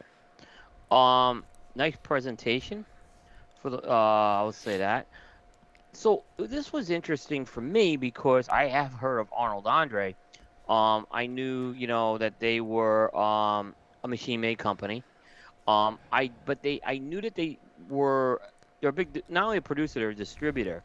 And a lot of U.S. based companies have used them for European distribution. Hoya de Nicaragua, which I'm smoking right now, currently uses them. Davidoff used to use them for their European. So they're big, they're capable. I've heard of them. I did not know that they had their own premium operations. That was the part that was new to me. Um, so I think it's a smart move. That United jumping on this right now. I think it was a brilliant move, and it gives them they can bring something to the table. I guess what's new, and I guess FDA they do it right. And then here's what happens: if they can't do it, if it doesn't sell, and then FDA comes, you're not nothing lost. So I think it's might as well take a shot with it. If this thing turns out to be a monster, then you obviously go through the FDA channels with that. But so I think he's making some good moves this year. I thought I can't now with the cigar. I'm gonna trust that Oliver knows his cigars, and the cigars are really good. So again, I think it was a low risk move here, in my opinion. Yeah, I was interested to see that, and it's funny because we saw. All right, let me ask you this question Uh huh. before I get too jumbled in my own thoughts. Yeah. There seems to be this new entryway in European brands coming to the U.S. We saw this last year with El Septimo, another big established brand over in Europe coming into the United States. Now we see Arnold Andre coming into the United States, again, from Europe. Is there a trend here that we're seeing with we're seeing some new foreign brands outside of our wheelhouse coming into the United States? I'm gonna say no. But I'll reserve the right to change my mind in a few months if I see it change. So I mean, it's happened before. I mean, Royal Agio came in first with Drew Estate, and then they set up their own operation. So I mean, it has happened. There are other cases I can think of that's happened. I think it'll be interesting to see what Mirafell does. There's Uh, another one there. Yep. I don't see. I mean, I think we talked about this. I see Mirafell starting in Europe first, based on what they have. But what is Mir? I think it'll be easier for Mirafell to find do they distribute through J.C. Newman? That would be an obvious one, right? True. But Royal Agio was interesting because they came with Drew Estate. They worked with Drew Estate for a while, and then they tried to set up shop on their own in the U.S. and that's a big undertaking, right? So if a European brand wants to get into the U.S., it's much easier to go this distribution route at least to start. Um, so we shall see. But I don't know how many other European brands are trying to get into this market right now. That's why I'm kind of leaning towards no. I don't think there's a lot of these non-Cuban ones, but I could be wrong. Someone could correct me on that. So I reserve the right to be wrong on that. Yeah, I think that's fair. Another one that I believe I don't know a lot about it. So excuse me if I do say something that is incorrect. There's another brand out there that I also believe is of European origin that is, I want to say, not new, but relatively new to the U.S. market, and that's Patoro. Yeah, they've been around for a few years. Um, they went through CLE for a while, Ah, and now they're with De Los Reyes. So they uh, they went that route too, and it's a tough route. It's a tough route to do. Um, I just don't think they had enough feet on the ground in the U.S. market, and CLE just couldn't do it for them. yeah, I know that they're still here with a few shops. Good cigars, by the way. Ooh, fantastic. Fantastic cigars. Those Brazilians cigars they make are beautiful. Yeah. But yeah, But you're right. It just didn't seem like it got a lot of traction here. yeah, it's interesting. It's like the for a while it looked like they were going to really take off. They hired a national sales manager and everything. So, but I guess it's I think the problem is those owners. They're based in Switzerland. You need to have a lot of boots on the ground here. We saw Maya Silva, a big European company, right? They're a monster in Europe. They set up a U.S. distribution operation, and it's been. I think they've had to work that very hard. I don't think it's gone extremely well for them, but it takes a long time to do it. So but that's the other one I could think of that's come over. But they have their own office in the U.S. and everything. Yeah, Yeah, yeah. well, I was just gonna say, like, it's still interesting to kind of see some new blood in the game. Whether or Oh, not I think it it's takes good. This is off, new or cigars. Yeah, it's great. I think it's great to see it. We're so used to seeing the same things. yeah. Um, not that look, most of these cigars are still made in a lot of the same countries of origin, that we do have. But the brands, we're just so much more familiar with here. And so to see these Hmm. brands that are established, but that we don't know, come in and try to Yeah, play in our yeah. sandbox and just see how they perform against, um, Well, the existing United have stuff to we work have. hard with those brands. Oh, they will. They will. Yeah, I think they will. I'm not saying, but they just can't and I don't think they're gonna be the kind of guys to just let them put up. I've seen this happen. Just put them out there, and whatever happens, happens. I can see a very hands-on approach they're gonna work with this. I think this one will be. It'll be interesting. Yeah, It'll be yeah. interesting to watch it unfold. My prediction is that I think, especially with the trade shows coming into play, people, retailers being able to go and meet with Oliver and see it and stuff like that, and have Oliver, really, tell the story and explain it. And I haven't tried them yet myself, so I can't say that they're a good cigar. And I don't know. I haven't smoked them, but I think you're right. I think if anyone's going to be able to sell this, it'll be them. They'll put a lot of effort in. They're not just gonna be like, yeah, we'll take it and see what it does. Like Right, they'll be like, right. they're like, oh no, we're gonna take this and like we're gonna run with it. Like so, this Uh, is what you're in for. yeah. I mean, I've seen companies that take on distribution. They do nothing for the brands, but just put them on an order form. And I think United, still being such a smaller distributor, Yeah. I they have the energy, the resources, the Right. focus to focus on something like this. They don't have Yeah. to. I mean, And they get the Atabey and Byron. That's their crown jewel. They have a lot of other but they stuff. select those are selected tobacco. They distribute that. Keep in mind, it's not their own brand. It's Right, Nelson's. but I mean, as a distributor, Yeah. I mean, they have some Yeah. responsibility in the way that that stuff's sold. So I mean, I think that they're not so. I think they're in a good position, is what I'm trying to get at. They're in a good position with where they are to do something like this. So I think it's going to be great for them. If it's not, I'm going to be a little surprised, to be honest with you. But I think that they will do well with this. Yeah, I agree. I think they will too. Like I said, they already proved they could do it with selected tobacco. Yeah, So exactly. I think yeah. So like I said, that's why I don't have a problem. But Oliver had to work for a long time with that too. It didn't come overnight. No, no, it did Yeah, not. yeah. Um, so earlier this week we had, as I mentioned before, we had Barry Stein on the Smoke and Tobacco show. And during that show, on our news segment, we had talked about some news out of PCA, as we commonly do on the Smoke and Tobacco show. Uh-huh. And this one's very interesting. And there'll be some points here to talk about as well. They announced their mission statement, as well as they were adding 4 more seats to the board. Now, 2 of these seats have already been taken by Christian Aroa of CLE and Alan Rubin of Alec Bradley. And the other 2 spots will be voted upon on an election Mhm. process. And then Scott Pierce makes 20. Then he would be the 20th member of the board. Right. So, when this story broke on KMA today, Abe died laughing when you brought this up. Yeah.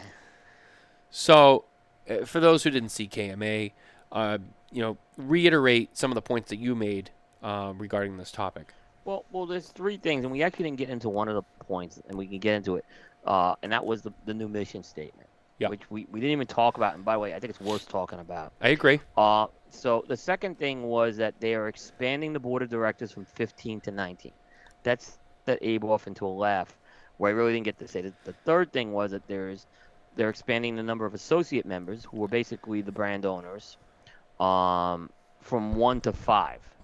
And like you said, 2 of the spots Mike Condor already has one spot from Crown Heads, and the 2 other spots are being filled by Christian Aroa and Alan Rubin, with the other 2 going up for election. But Abe was in his hysteria, he's in his hysteria because, the idea of expanding the board, I think, was already too big to begin with. Now it's bigger. That's a very big board of directors you got now. It's a lot of hands in the pot. What was that? It's a lot of, or maybe not the pot. A lot of hands in the cookie jar. It's a lot of voices and a lot of. Sure it is. What I will say to kind of, and I didn't really get a chance to get this point in either. I think they went through a really good process to do this. I don't think this was throwing things on the board with Post-it notes and a brainstorming session. I think they went through a very structured assessment to what they needed to do with this, and they obviously came to the best conclusion here. So I want to respect the process that they went through and give it a chance. And again, there's a town hall, and now I'm hearing there's a separate media meeting happening. I just found this out yesterday. So we're going to have a chance to answer our questions from Scott. So, the initial feeling I have is too big. Like you said, more ideas, harder to make decisions, and I think you need to operate a little leaner. On the other hand, they wanted to throw something out there to get more manufacturers and brand owners on the board, but no one was willing to give up any seats, as Abe said. So now you have a 19-member board plus Scott Pierce. So tough. I think it's a tough. I applaud them for thinking forward, but now you gotta make this work, guys. That's the thing. Now you gotta make it work. Yeah, it's definitely interesting. And like Abe said, he made a good point about, he's like, well, if you're going to do it, I wouldn't have done it so publicly. I would have made it a little bit quieter. I think you had to be public. I disagree with Abe on that. This is an organization, what have they been accused of time and time again? Doing things behind closed doors, not being transparent enough. Now they're being transparent. We can't beat them up over that. Good point. This is yeah. I got to say, since Scott's come in there, the level of transparency is getting better and better here. No, I disagree with Abe on that, respectfully, yeah. This is one I think that was the right going public. I don't know what you'd have to gain by going, by doing it any other way. Well, I think his point being, he didn't agree with it, and I think he feels, especially his position. I think it's fair. I think it's fair to disagree with it. And I think that his feeling as a retailer, such as himself, and with his experience, I think he feels that a lot of his peers would feel the same way, and I think that he's feeling like, well, you're just opening yourself up to a lot of criticism. So there's that, and the PCA already has enough criticism on their hands as it is. Now, but I also see what you're saying with, well, at the same time, they're trying to be more transparent where previously they weren't. So it's almost like, yeah, maybe Abe's right in a sense, but it also doesn't mean that that's the route they should take, because we also don't want to give up, this new level of communication that we have with the Premium Cigar Association. Another thing that they did kind of rehash was, last year at PCA Trade Show was the first time that they actually held a press conference for all of the media to come in and ask them questions and be open about information. I know that they did a great job with that, yeah. They did a great job. I think there was some things that could have been a little bit better, but for the most part, it was a successful attempt. Some of the biggest critics were even impressed with that. I think the handful of guys who were there who have been big critics as well. I think they were fine with that. Maybe they didn't agree with everything, but again, there was much more. People don't remember. Matt, you don't remember how it was 10 years ago. No, I don't. For media, it really was. Yeah, they've come a long way. The 2 more points were made during that show, and Barry even chimed in. And I know you saw the show, so I think you remember most of it. But on that topic, and Barry weighed in on this, there was some people who chimed in, and they said and there was 2 different things that were said. There was one, why don't they have more media representation on the board?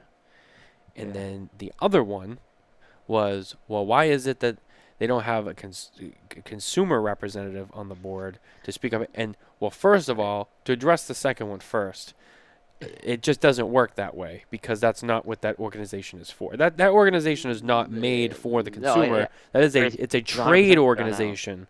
It's a trade organization that, if anything, mostly facilitates, the transactions between the manufacturer and What is the retailer consumer going to contribute? What is the consumer going to contribute? to the Premium Cigar Association specifically. Wait, what are they bringing to the table that's unique? Is my question. Like, what qualifies them to be on a board? Maybe you have someone who's got board experience, but I don't see what you benefit from that. Yeah. I mean, outside of trade, yes, the Premium Cigar Association does represent It's it's trade. Yeah. legal and legislative aid for the industry as a whole in regards to the industry kind of versus the FDA slash Yeah. the government as well. So yeah, that's kind of its own caveat, and that does affect even the consumers too. So I do get that, but when you're being specific to the trade aspect of the PCA, yeah, you're right. The consumer's not going to be able to bring anything to that table because any suggestions that they have, or just they don't even they have the same knowledge of kind of the inner Right. workings to be able to say to these people like, oh well, this, that, and the other thing, and it just won't work that way. Boards for that reason. You can have a focus groups that you can get their opinion on. So Exactly. Yeah, I don't think a board of directors is another story entirely. Yeah. Now, in regards to the media comment, that one I know also. I think Barry and you disagreed on as well, by not having I agree media. with Barry on the consumer. I agree with him on the consumer, but this one I disagree with Barry. So Barry was. Yeah, I'm sorry, I couldn't really remember it exactly. So I think Yeah. Barry was for it, but you had disagreed with that. Explain that one to me. Not that I disagree. I just to have it out there. Okay. So I have to put myself in maybe a different category than most people. And the answer for me is I'm media, right? So I have much more of a news focus maybe than most media brands, maybe Half Wheel the other one, but there really aren't a lot of us out there. I'd say we have more news focus than even Aficionado has. And people can laugh at me on that, but I'll stand by that. So if I go serve on a board of directors as a media person, I have immediately put myself into a conflict of interest. How can I objectively report on what's going on in the PCA? Because guess what? If people forget already, 2019 I buried them. I mean, it was bad. They were mad at me coming out of the 2019 show. I buried them on that trade show. I wasn't all roses with the 21 trade show. I said some things that were critical. I can't do that and be on the board of directors. On the other hand, I could be exposed to stuff on the board of directors that could kind of constrain me into writing something. And I don't want to have that problem. So from a media perspective, I am happy to have media credentials and cover them. I don't need to be making decisions for this board. If they want my opinion on something, they can ask my opinion on something. But I have to avoid that conflict. And by the way, I don't know what a media I mean, I understand we pay dues and all that, right? I understood what Barry said on that. But again, what is a media person bringing here? I mean, to decide things on this. And why would you give a media person a seat when the retailers and the manufacturers already have this big divide already? You're better off giving that to another manufacturer, in my opinion. But Yeah. conflict of interest is the short answer for me. I would say that being on the board, I would agree that makes a lot of sense. What I think could happen would be a separate board that's only media. You could have an advisory board. Yes. By the way, I wouldn't serve on that either, but I wouldn't fault anyone from the media who did. Because, again, I have to be able to cover this objectively from the outside. Right. And if I'm privy to certain stuff and non-disclosures, I don't want to be in the middle of it. But I could see like a you or Dojo or Aaron, even Bear doing that. I could see it. It just wouldn't work for me. I cannot have my hands tied on that. So I would say that would kind of be the appropriate solution to that. Yeah. By having a board that's dedicated to media and media only, and then maybe But they Scott. don't have any decision making. I'd say they'd be more an advisory board. Is what I'd Exactly. say. No, yeah, More yeah, more of just kind of the way that certain things get handled, or the media is as a consensus, or representatives of the media who tell the yeah. PCA like things that they should be doing for us, or in this and that, but not necessarily in the same conversation that the Right, right, board right. Yeah, has. yeah, I yeah, think that would be appropriate, and I think that's something that they could yeah, and should and probably yeah, will work on eventually, especially during Scott Pierce's tenure with the Premium Cigar Association. But in terms of consumers, I don't think that there's any way that they can be involved within the No, association. it's you can't. And actually Barry did a good job explaining that. He talked about there's other events and stuff like that. No, that's I agree 100% with what he said on that. I disagree with him completely on the media end. However, Barry's not really covering this heavy like some of the other guys are, and that's why I can see why he said that too. But I think the way you phrase it, that would be perfect for someone who wants to do that in that type in an advisory capacity. Yeah, I think that is. In fact, I Yeah. think they should do it. If anything, Yeah. they should do that. Yeah. Because Same thing. I don't think media should be voting for board members either. I mean, I'll be honest with you. I've heard some criticism of that. I don't think they should be voting in that case. yeah, I think so too. And again, Yeah. I think because for the same reason. I mean, you made a lot of good points. It's the media still has to be able.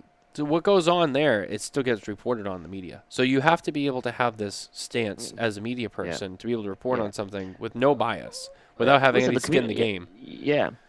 The communication has been so much better out of this organization. It's not perfect, I get it, but they've improved a lot in the last couple of years. I think they've really tried in this case to communicate with the media. I think they're doing. I cannot fault them.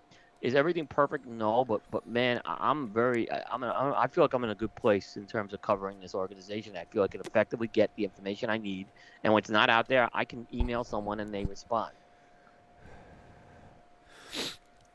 Yeah, I would feel the same way, and I think it's especially again while Scott Pierce is around, I think it'll get better too. He seems to really be he seems to have a good handle, especially with the media angle. So I'm really optimistic to see what else he can do for media and how that all plays out. But speaking of PCA, in the PCA trade show, that's still some time away. We still got like 6 months until that comes down. But in less than 2 weeks, we will see the beginning of Tobacco Plus Expo 2022.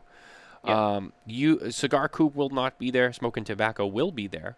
Mm-hmm. But I figured either way, we could kind of do a little pregame with that conversation because I think we could. Yep. I think that we're right on the We're time still to do that. covering all the releases and everything. Yeah, Yes. It's not going to be on the floor. Yes. Yeah. You won't be attending, but you will be covering. I should Yes. clarify that. Yeah. I'll throw it to you first. What are you hoping to see from TPE? Now, I know that TPE, I don't think you were there last year either. I have been there before, but I was not there in May. Yeah.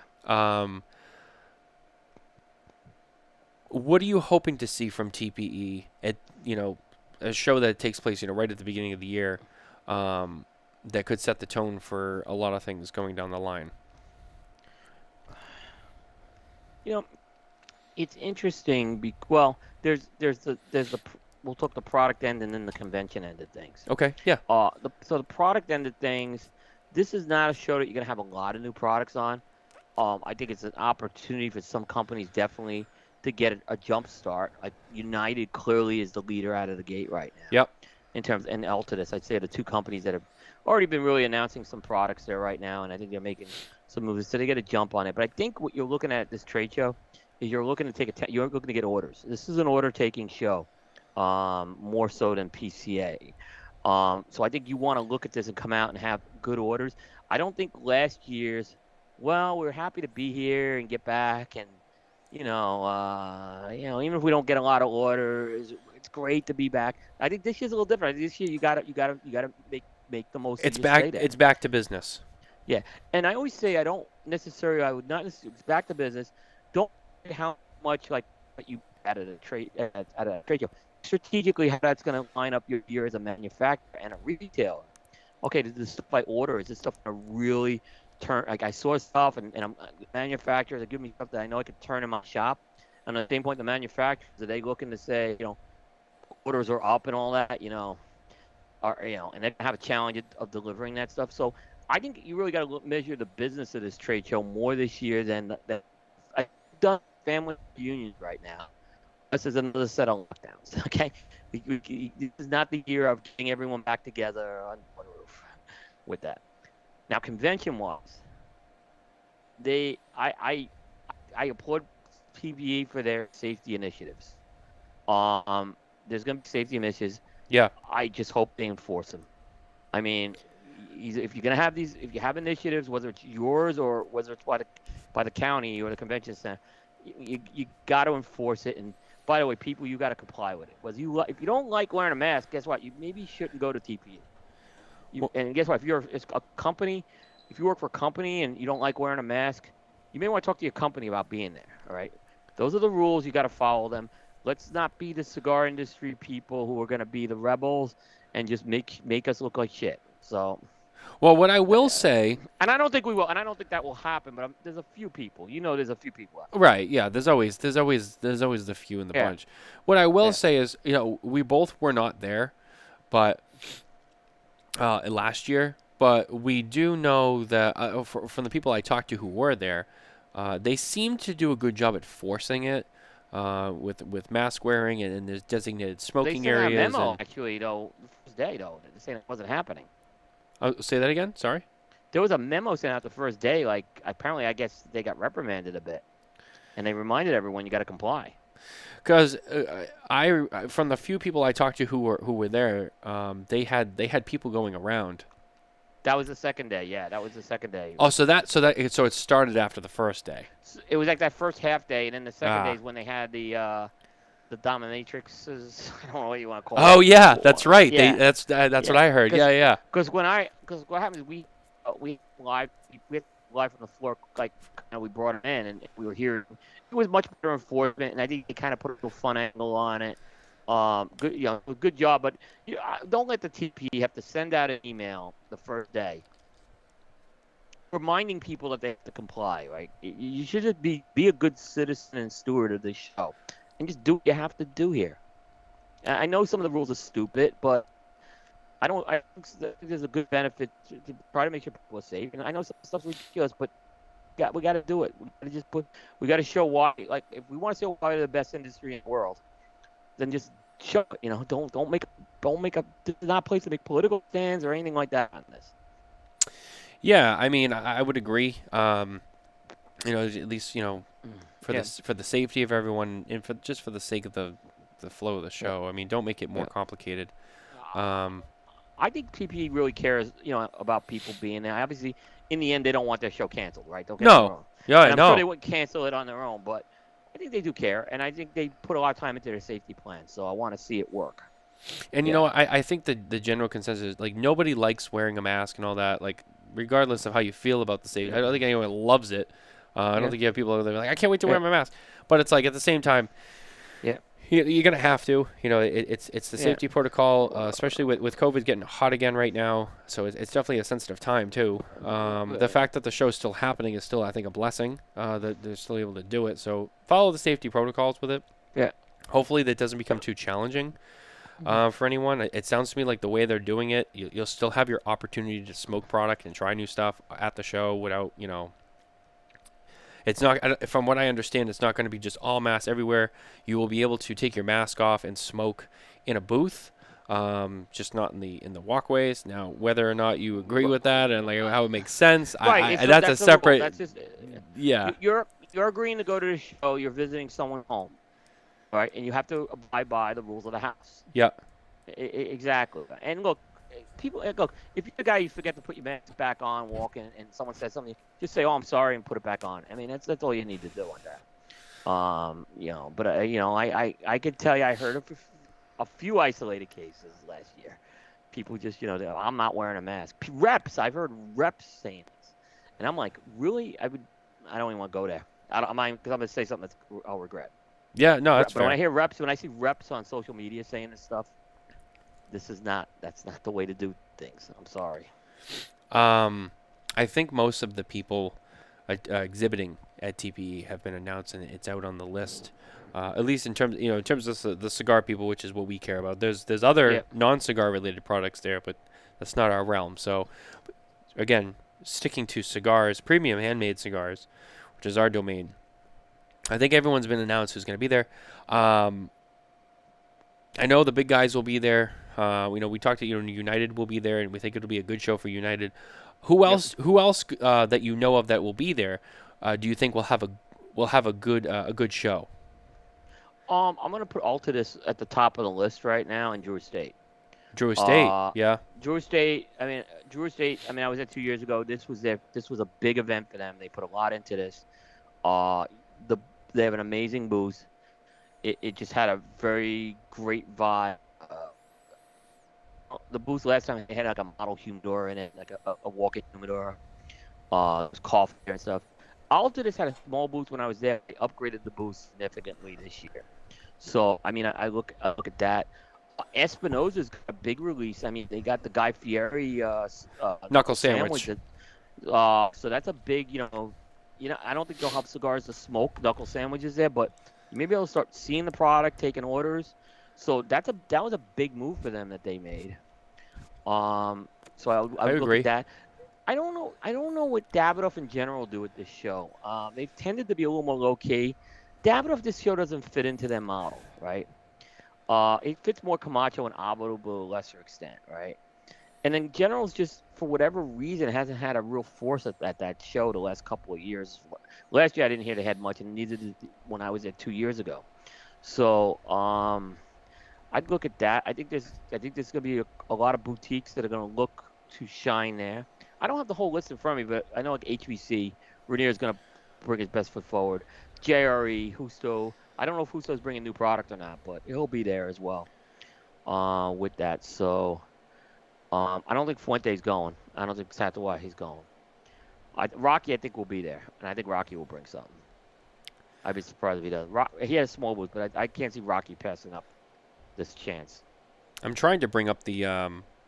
I don't think Rocky's going to be there. I think he'll have people there, though. Exhibitor list. Here we go. Let me see. I wish there was a way to filter this into just cigars. I don't know if there is a way. Let's see. Ed Ventura will be there. Aganorsa Leaf. Alec Bradley. Yeah, Alec Bradley. We'll have a big there, too. It's funny, Alex. So it's Alec Bradley, and then it will be Alec Bradley and La Polina. All Saints Fine Cigars, Altadis, Altria Group. Well, I'm sorry, shouldn't. That's non-cigar related. I'm just kind of going through this list. Kind of Battleground Cigars. That's a boutique brand. We saw them at PCA earlier this year. Blackbird Cigar will be there. Blanco Cigar will be there. Yep.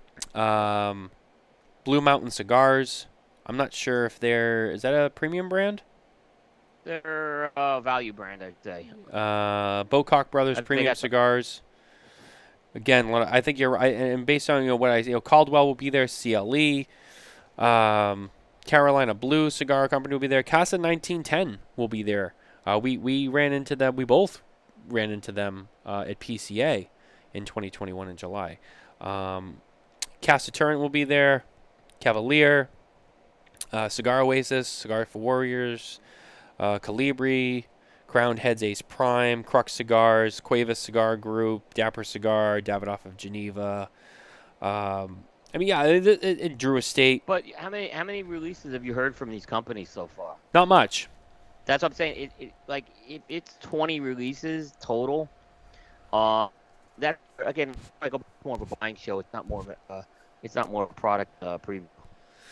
Now, do you feel that because of these reasons, PCA will be a bigger show?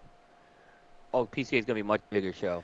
There's a couple of companies that have told me already they're not releasing stuff at TPE because they're holding it for PCA. Because they don't, again, a lot of them feel they understand they like TPE, they understand the importance of TPE, and they feel, hey, they're going there, but they feel the new really need to be PCA. And I think the other thing is these companies have their cycles the way they work. They're not like their DNA is not programmed to do all their major launches at the beginning of the year unless you're a small company. And like companies like Altadis and Pure State, they release stuff throughout the year, so it's a little different for them. Big enough to release stuff like 10 times a year, so a little bit. But yeah, I don't like I said, I see a lot of. And it was interesting. A lot of product was brought to these shows in the past was bundles, Uber Limiteds. There's not like I said. What I'm really impressed with United and Altadis is so far what I've heard is there's new brands launching it there, new lines launching. There's a new HL coming out at trade show. Yeah, Altadis, the other thing. Sorry, not to cut you off there, but as Yeah. a reminder to not just you but everyone listening, the way that it happened last year, TPE was pushed to May, and then I think like 7 weeks later was PCA, also in Las Vegas. So it was really hard to. It was really hard for anyone who went to TPE, especially the smaller brands, right? And they sold, and they did stuff. I heard a lot of smaller brands who did attend. They sold everything they had, or they sold the majority of what they had, and they didn't even feel it was financially viable or even worth it to fly back out there again and exhibit again at PCA. And I think that also had a huge impact on PCA last year. Now that TPE is back to its January format, and there's this nice gap in between the two shows, I don't think Now it's you'll a run little it. different. Yeah, I don't think you see that problem anymore, and I think that you'll see people. I think TPE will be a quieter show, and then I think you'll see PCA Yep. better than last year. I know PCA is still like on it's kind of like on its thin ice or whatever with its reputation in the last few years, but I think that for 2022 in a regular year, I think that they're really going to shine. And I've also heard the same things. People are holding things for PCA, not TPE, and I think that those things are really going to help PCA this year really continue to grow off of the little bit. I mean, 2021 was I like to call it the asterisk year for them. It wasn't really horrible. It wasn't like perfect. There was a lot of circumstances involved. I get it, but now 2022, fresh year, full year. They don't have the TPE competition as much. I think it'll be the year. And it didn't turn out to be competition. Yeah. No. So I think that I think that PCA will definitely be the better show. I think it'll be a bigger show, and I think it'll be bigger and better than last year. Yeah, you're right. Arturo Fuente is not attending from what I see on this list. They will not be there, which means that J.C. Newman. And again, I don't know if it makes sense for them either. Yeah. And I don't think because for that same reason, I don't think J.C. Newman is there either. I'm trying to find them here. That one, I could see them maybe going with quorums. Actually, no. I'm sorry. J.C. Newman will be there. They will be. So there. so they'll be there, and they distribute Fuente. So. As well as JRE will be there. JRE, they've had a good year. They had a great year. They had a great year, yeah. Without launching a major new brand either. I think that I don't think it gets talked about enough. I think JRE had a great year. They did some good things last year, and they did some good collaborations too. They did some collaborations with United. They had the cigar bar. The cigar bar, yeah. And look, they got #1 cigar on our friends. How about that cigar? Yeah, that's right. They did. They've had a #1 from Coop in 2018. They've had a #1 from Cigar Authority. But I think this last year, it almost seemed like JRE, they kind of not turned the corner. They kind of just suddenly became a company that's penetrating. They're penetrating the market. They have lines that people are going back to. There's excitement with these lines. I mean, they keep Lanceros, and I know I'm not a big Lancero guy, but man, they were good Lanceros. The production at that factory's been great. I know Justo's got more stuff in the pipeline for this year. I'm not gonna talk about it here, but he's got stuff in the pipeline. So he's very careful when he releases stuff. But what a year they've had! Absolutely, they've had. You look at that small medium company category. It's certainly Jerry and United are at the top. Yeah, I agree, and I think that they're setting themselves up for future success too.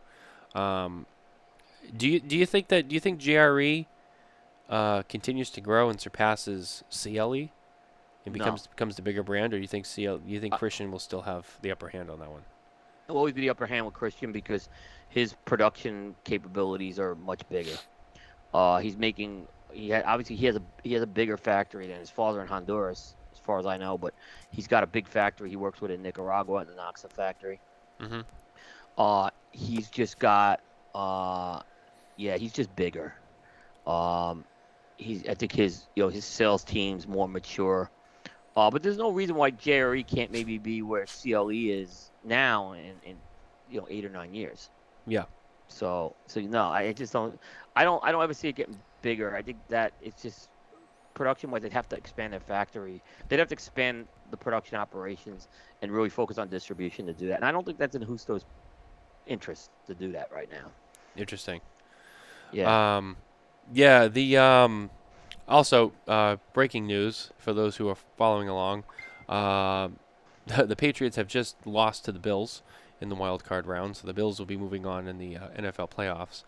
Um, Wow, that's a little bit of I kind of thought this would be a tough game for the Patriots too. I don't think the Bills are gonna go further than they did, but hey, they had a good year. There's nothing to take away from the Patriots this year. yeah. You weren't Final. gonna win the Super, but you know what? I'm wrong about Mac Jones. I don't know how kind of game he had today, but he proved me wrong this year. I'm wrong. Yeah. So the final score in that game was 47-17. Yeah. Pretty tough loss for New Yeah. England. Hey, So can I give a score too? Because I didn't hear from this guy. yeah. He told me the two teams were playing, and then he didn't tell me the final score. He knew I was doing this show, and I'm very disappointed. Final score out of the great city of Miami. The Philadelphia 76ers, 109, and the Miami Heat, 98. No message from fake Allen Rubin, by the way. Believe me, if Ooh. it was the other way around, I would have heard it. Wow. He is invisible. He is invisible. And by the way, Miami's a really good team this year in the NBA. So I have a lot of respect for what the job they're doing. And Miami's kind of like my second home. So I always like this team down there. But the Sixers are my team, and what a job. Yeah. Nothing. I hear nothing. I hear crickets. When this happens. He ran so far. Yeah. Talking sports with you is always fun, especially when it involves your teams. You know what? And believe me, I've had bad teams for a while, and the Sixers had some lean years, as Carney can tell you. Yeah, that's true. Yeah, that's true. Actually, one of the questions I wanted to ask you, speaking of Carney, I forgot all about this. We don't really talk a lot about La Flor Dominicana on the show. We don't. Not on purpose. Not on purpose. Not on purpose. They were number 2 cigar on Coke last year. Yeah. They were. They Yeah. were. They weren't at TPE last year. They weren't at PCA. They will not be at TPE this year. And when I asked John about PCA, the feeling I got was it's probably a no. I Yeah. don't think a final decision's been made, but it sounds like as of right now, it's probably a no. At what point do you think that LFD's got to start coming back to the show? Even just to have their presence there. I mean, I know. Listen, you talk about LFD. It's no secret. Most people know. That they have a lot of back. They're not the only ones either, but they have a lot of back orders and all that, and I get that too. But at what point, in your opinion, do you think what? Like, you got to start coming back to the trade shows, and you're gonna miss all the trade shows 2 years in a row. What's your feeling on that? So I'll start off with TPE because I've talked to John on this, and I don't think it was ever in the cards for them to go to a TPE. It just, according to John, and John, if you're listening or listening later, I hope I'm not putting words in your mouth. It wasn't something that was a fit for them. I think Yeah. They're premium. I get that, totally makes sense. They're missed at PCA. I don't know how else to say it. You heard what Pete Johnson said on my show. He said, I would love for these guys to come to the show and they could use some of my booth space if they want. Yeah. Guido is such an important part of this industry. He does so much for this industry. Carney is he's exceptional at his job. You guys have missed at the trade show. I think you guys, if you guys can make it work, because I think we would just love to see you guys there. And if you can't take a ton of orders, I think people will understand. hopefully. They just, I mean, I missed 2021. It was not the same trade show without LaFleur Dominicana. I mean, this is me talking with the bare Duplessis heart on my sleeve here. Okay. I think business-wise, if they can't fulfill orders, though, they shouldn't go to the trade show. I understand that. But I'm hoping that, but Carney said it sounds like they're turning the corner here. That's why I'm like saying, okay, guys, how about coming back to the trade show now? I mean, a lot. The emotional part of me really wants you guys there. You know, a lot of manufacturers who did go to both trade shows, but especially PCA. I mean, they were letting it be known, like, hey, we're not taking on new customers, new clients. We're not opening any new accounts. But we're here, and then the people that they already have accounts with, like, hey, maybe they don't sell as much, but you know what? They were there. They represent, and I'm not, and this is not a knock on LFD either. If they make their decisions, I respect it too. But I think more like you, it's more the, it's just not the same, And I think a lot of people would love to see them there, even just to make sure that they're still alive, which they are. They are, but they are. We know they are. But yeah, I think it would be nice if it was for PCA. If they decided to go this year, I would be really excited. Especially just for the brand's sake. Just to have the brand there with everyone. I think that would be great. It was disappointing not to see them. Yeah, they're a company that every year is on the aficionado list for a reason. They make good products. They do. They do make good cigars. They make, all of us have had a great LFD experience.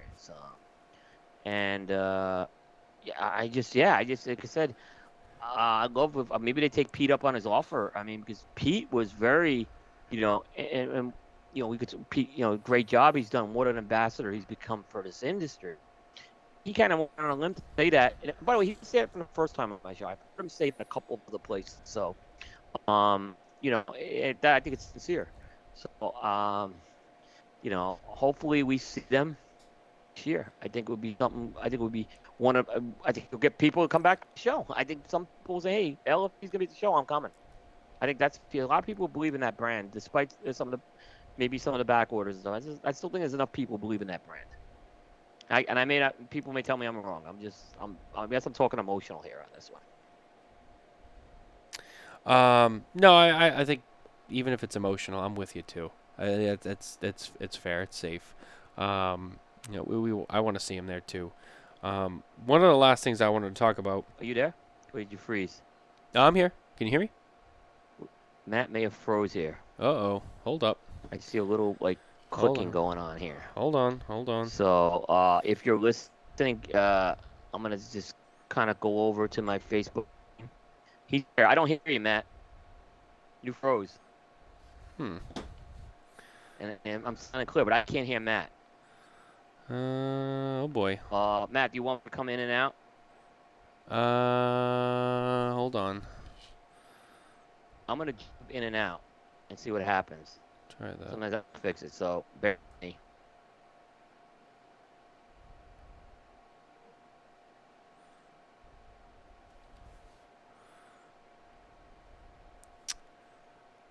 Huh. All right. So I don't know if. All right. So it sounds like everyone can. Jay Davis said you can hear both. So I'm not sure what happened there. I don't know if it's on Coop's end, but if you guys can still hear me, that's great. I'm gonna see if Coop comes back in. It looks like I got pushed out of the. I think Coop ended the call. Oh no. Oh no. This is how trouble starts. All right. So in an attempt to fill the dead air by myself. And please bear with us.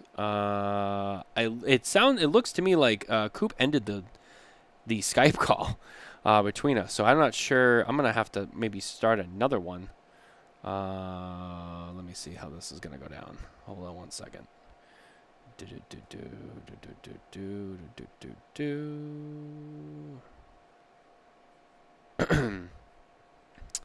I'm not sure what happened here with Coop on that. It sounds to me like it was maybe on his end. Let me see if I can Thank you, Bruce Stark. Thank you, Jay, for letting me know. I am still here. Now I'm just trying to get Coop back on with me because he ended the call instead of leaving the call. I don't know how that happened since I was hosting the call, but I'm going to try and figure this out.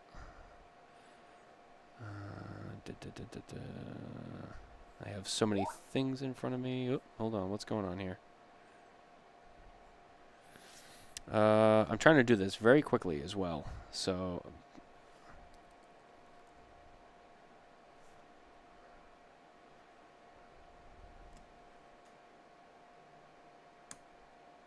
boom. Okay.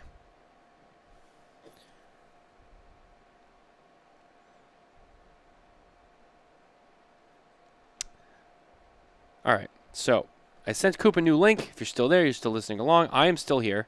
I apologize. I don't know what happened there, but I sent Coop a new link, so he should be come. We're gonna get him back in here soon, hopefully.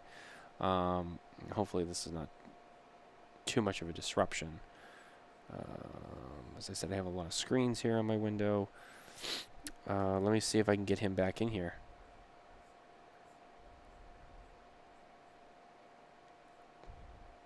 There we go. All right. Can you hear me and can you see me? I hear you. Can you hear me? I can't hear you. Coop, you there? Uh-oh. Something happened. What has happened here? Oh, no. Oh, no. I can see and hear you. And the audience hears us both. This is very strange. I don't think this has ever happened. I can't hear you, though. I see you, but I can't hear you. Huh. This is weird. I can't hear Matt, but I see him.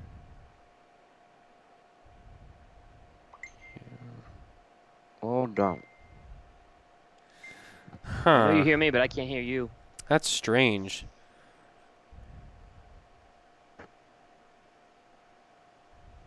Check my audio settings. It sounds to me like this is going to be on Coop's end because everyone can still hear both of us and see both of us. Coop's the only one, and he can see me, but he can't hear me. So I'm going to assume that there's some kind of audio disruption on Coop's end. Which is weird. This has never happened in this particular. So usually it's you get nothing or everything's normal. There's none of this. It's weird that the audience can hear. This is a problem on my end, yes. I'm going to reboot back in.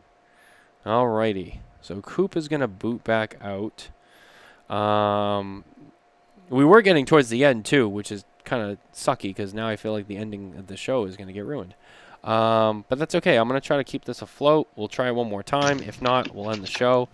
I appreciate the patience from the viewers, and the audience listening along at home. Quick recap, if you joined us later on, we started off the show talking about the top 25 cigar of the year lists and whatnot, and kind of who was at number one, who was on the list that maybe shouldn't be. There was some lists that had some cigars that either just weren't available, they weren't eligible on other lists that were kind of on there. We kind of talked about that. We talked a lot about the firecracker announcements from United Cigar that were announced today on the Cigar Authority.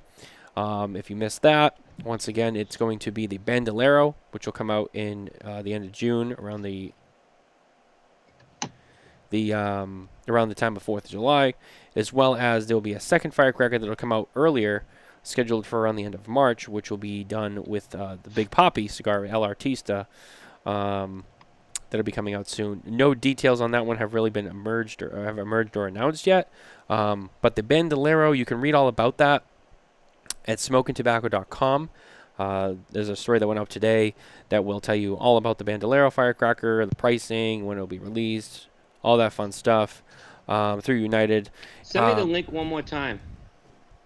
All right, now I got Koopa asking for the link one more time. Let me see what's going on here. Oh boy. Coop is all over the place today with this. I'm not sure what he did, but he did something. Let me see. I'm going to try to start this one again. I'm not sure. Hopefully we can fix this. And again, I apologize. Hopefully we can just get him back so we can end this show. But if not, I will end the show by myself here. And I'm not sure what happened. But let me see if I can get him back in here really quickly. I'm going to send him a new link one more time.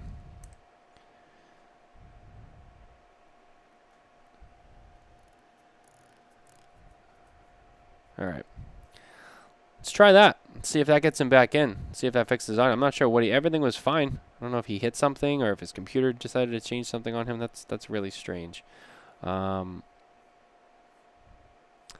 back to my feed here. Alrighty. Yeah, so again, just to continue the recap, Arnold Andre, newer brand to the U.S. that's now going to be distributed by United Cigars. We talked about that. They will be showcased at TPE the next couple of weeks. And I will be there, so I'll be covering that, and you guys will be able to get more information on that. We'll hopefully get some samples and at least be able to try that cigar, so I can at least communicate on what I think of their cigars. PCA board changes we definitely got into. Board expanding kind of our thoughts on it, why and how certain things could be or should be, and how they're probably going to turn out. Coop had his beef of the week, and then again we started to get into our TPA. Our TPE, it's been a long night, TPE pregame with kind of who we expect to be there, what we expect to see, the consensus being, TPE is going to be a good buying show, selling orders, but expect to see a bigger display, more releases, just all around a bigger cigar show at PCA in July. Oh, man. I still can't hear him. Wow, you still can't hear me, buddy. In your camera, you look different. Even. That's weird. That's really disappointing. That sucks. This is going to be a horrible way to end the show. I'm not sure what happened here. Ah, man. You're killing me, Coop. You're really killing me. Oh, man. I'm not sure what to do. We're going to have to probably just end the show here. I'm going to have to send him a message here because it's the only way he'll be able to understand.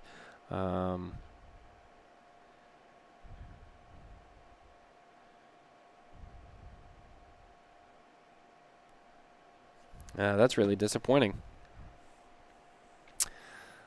Well, I just told Coop I might just have to end the show here if we can't get this fixed. So hopefully, yeah, and I think that's what we're going to do. So that's going to do it for the Spare Notes series, episode 13. Unfortunately, we're getting cut, I wouldn't say short, but we're not being, we're kind of ending the show not how we wanted to. So thank you guys for listening, watching. We always appreciate it. We always love that you guys are here with us. Don't forget to like and subscribe. Follow us on YouTube, podcasts, wherever podcasts can be found. We're on all the channels, on all the podcast waves. Smoke and Tobacco Show back again. Normal time slot this Thursday night with Sin and Josh Coburn, the new owners of Dissident Cigars. We'll be talking to them a little bit about who they are, what got them into the cigar business, kind of what their plans are for the brand, and where they see themselves going in the next few years. So don't miss that one. Followed by the week after that, Nicole and myself will be in Las Vegas for TPE 2022 at the Las Vegas Convention Center. We'll have some live coverage as well as some great interviews and tons of content and coverage on who came, what they displayed, what their plans are, what they got going on. So we'll definitely keep you guys all in the loop. Always head over to smokeandtobacco.com as well as cigarcoop.com for more content, more information, see what's going on, news, stay updated.